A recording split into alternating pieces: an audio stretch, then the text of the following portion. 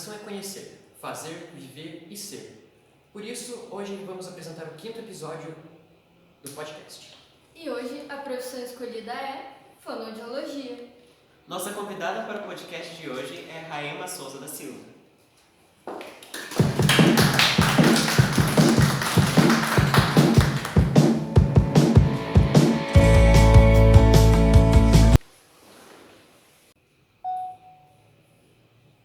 Olá, boa tarde, seja bem-vinda. Para iniciarmos, gostaríamos que iniciasse falando sobre sua formação aonde trabalha. Boa tarde, tudo bem? Eu estou muito feliz de estar aqui hoje com vocês. Para mim é uma novidade estar aqui falando sobre a minha profissão, que eu amo. Então vamos lá. Eu me formei em 2019, né? Eu atuo aqui em Telemaco e eu trabalho ali na clínica, no Centro Médico Vida. Desde quando eu me formei, eu trabalho lá. Eu já fazia estágio lá e assim fiquei por lá. E eu me formei na Faculdade de Santana, em Ponta Grossa. Acho que é isso. Era isso, né? E o que seria a profissão de fonoaudiólogo? Então, o fonoaudiólogo, ele trabalha com comunicação. Então, desde a criança, a comunicação da criança até a terceira idade. Sim, para exercer essa profissão é necessário que formação e onde estudar?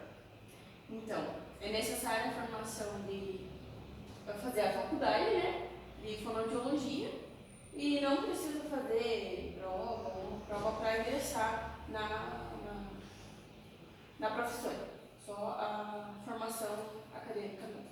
Né? Agora, se você quiser se aperfeiçoar em algumas áreas, né, porque a fonoaudiologia é uma área muito ampla, então se você quiser se profissionalizar em uma área só, daí você vai procurar um mestrado, um doutorado, e umas pós-graduação, e é isso. Quais disciplinas comuns do ensino médio são necessárias para a formação dessa área? Eu achava que quando eu entrasse na faculdade eu ia me livrar da matemática. E eu não me livrei. Então, porque eu sempre tive muita dificuldade, mas não que eu não gostasse. A matemática, que a gente usa bastante nos anos de audiometria, a física, a química, a gente usa um pouco também, e a biologia, que eu acredito que seja mais importante. Para a questão de genética, a questão de entender o músculo, né? Porque a fono ela trabalha só cabeça e pescoço. Então, para me entender, para tratar algum paciente, às vezes eu preciso saber todos os músculos da face. E qual a rotina de uma fonoaudióloga? O que faz especificamente? Então, a rotina de uma fonoaudióloga que trabalha bastante é bem ativa, digamos assim. Eu trabalho no consultório, então eu trabalho das 8 da manhã até o meio-dia, aí eu volto 1h30 e saio às 5h30. Mas eu atendo só na clínica. Agora, tem fonoaudiólogo que atende em vários lugares, que ele pode atender no hospital, que atende em uma clínica, e ele também pode trabalhar em alguma clínica de medicina do trabalho. Então, tem vários profissionais fonoaudiólogos que eles fazem essa rotina meia doida, né? Então, eles vão de um lado para o outro, uma hora está no hospital, outra hora está na clínica, né? Então, é assim. A rotina do fonoaudiólogo. Quando se deve procurar o atendimento de uma fonoaudióloga? Tem muitos momentos e alguns sintomas, né? Que as pessoas procuram.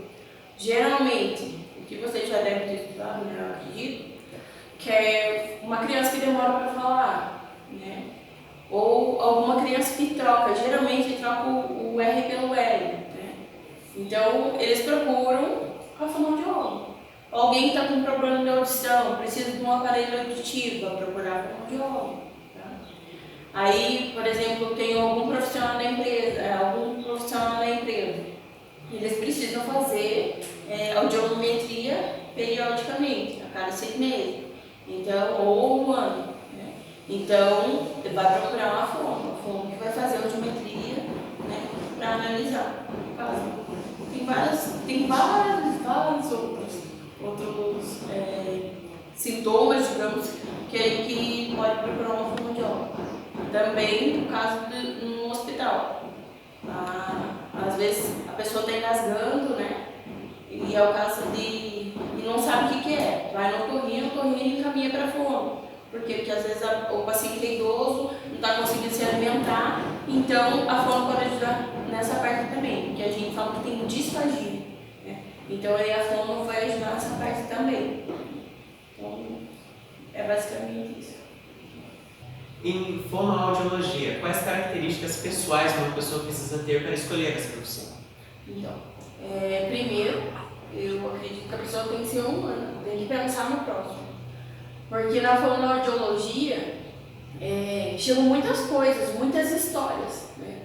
Por que aconteceu isso com o paciente, né? E você tem que ser muito humano para poder saber trabalhar com isso, trabalhar não só com o paciente, mas com uma família toda. Você precisa entender isso. Né? Por exemplo, se tem uma família com uma criança autista, eu preciso acolher essa família. Não só, eu vou fazer um trabalho aqui e vou deixar. Não, eu preciso acolher essa família, explicar, ajudar essa família. Né? Assim, uma criança com paralisia cerebral. Eu tenho que acolher essa família já está assustada, já está machucada, né? Então, eu tenho que saber ajudar essa família, né? Não pensando só no meu trabalho, não só o que eu vou receber, mas pensando como um todo, né? Como no sentimental, né? Eu acho importante, né? Para mim, eu sou assim. Então, é isso que eu acho. Essa empatia que você falou. Essa empatia. E quais são as expectativas de quem escolhe ingressar nessa área? Então, as expectativas são muitas. Porque quando a gente entra na faculdade, eu confesso pra você que na primeira semana eu pensei em desistir. Os primeiros meses, assim, eu achei que não era pra mim, que eu tinha que largar a mão. E, nossa, depois eu comecei eu já tinha muitos planos pro futuro. Mas a expectativa é muito grande. Porque a fono é uma profissão que agora que eu vejo ela crescer, que ela está crescendo, sabe? Então você pensa que vai ter muito trabalho, então a expectativa é essa, sabe? E bem sincero, a gente pensa muito no salário, né? Aí você vê, você vai procurar na internet, você acha tudo. Aí você começa a viajar, sabe? Mas eu sempre pensei muito, a minha expectativa era muito grande, porque eu sempre quis, desde pequena, eu sempre tive vontade de ajudar as pessoas. Eu sou assim, sabe? Então a minha expectativa era grande quanto a isso.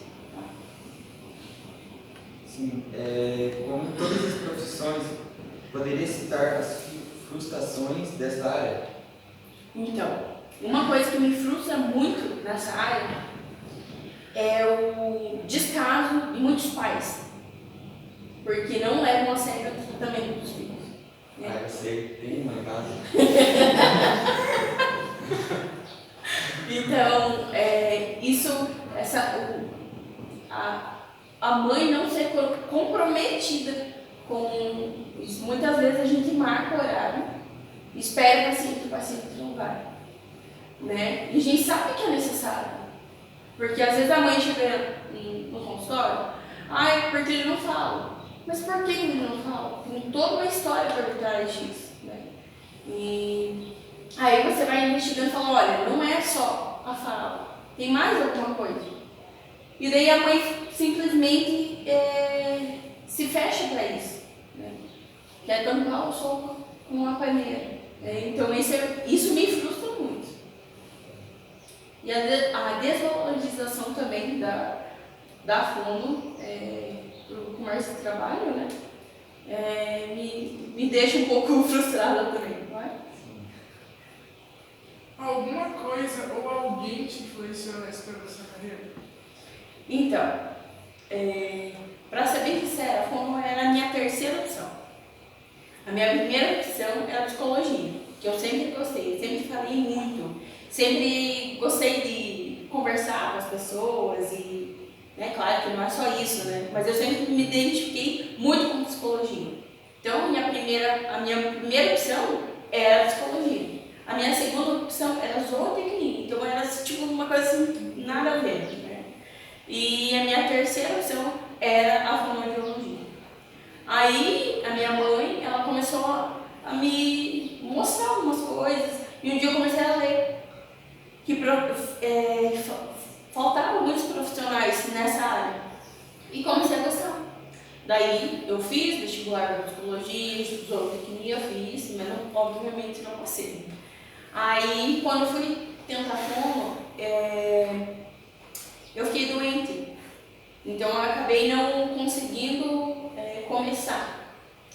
E daí, logo depois de um ano, surgiu aqui em Ponta Grossa. Aí eu fui e me encontrei. Quando você notou que gostaria de ter essa profissão? Então, eu notei quando eu comecei a pesquisar mais sobre a profissão. Que nem eu falei que a minha mãe me influenciou bastante. E tem a fono aqui da cidade, a Mônica Barreto, ela me ajudou muito também a me encontrar. E então eu comecei a ler mais sobre a profissão e comecei a me identificar, mais do que eu me identificava com a psicologia. Raema, caso você não fosse fonoaudióloga, qual seria a outra opção de profissão? Eu acho que é a psicologia. Psicologia? Sim. Quanto ao mercado de trabalho, é competitivo? Olha, aqui na nossa cidade, a gente precisa muito de fono.